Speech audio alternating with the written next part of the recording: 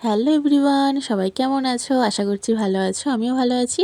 আজকে দুপুরবেলা দেখো চলে আসলাম রান্নাঘরে রান্না করার জন্য। আর এগুলো কি বলো তো? এগুলো হচ্ছে সিমের বীজ। সিমের বীজের ডাল দিয়ে আজকে শোল মাছ রান্না করব। আর এই রান্নাটা খেতে কিন্তু দুর্দান্ত লাগে। তোমরা কিন্তু অবশ্যই বাড়িতে একবার ট্রাই করো। তো চলো এবার এই রান্নার রেসিপিটা তোমাদের সাথে শেয়ার করি।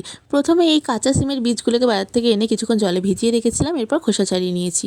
এবার এই কাঁচা সিমের বীজগুলোকে পরিমাণ মতো লবণ, হলুদ, জল দিয়ে বেশি করে সেদ্ধ করে নিয়েছি। সাথে দিকে শোল মাছগুলো কেটে ভেজে নিয়েছি।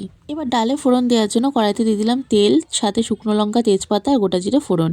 এবার কড়াইতে ঢেলে দিলাম সেদ্ধ করে রাখা সিমের বীজের ডালটা দিয়ে আরও কিছুক্ষণ ঢাকা দিয়ে রাখছি। এরপর ডালটা ফুটতে শুরু করলে দিয়ে দিলাম ভেজে রাখা মাছগুলো দিয়ে ভালো করে নেড়েছে আরও কিছুক্ষণ ঢাকা দিয়ে রাখছি।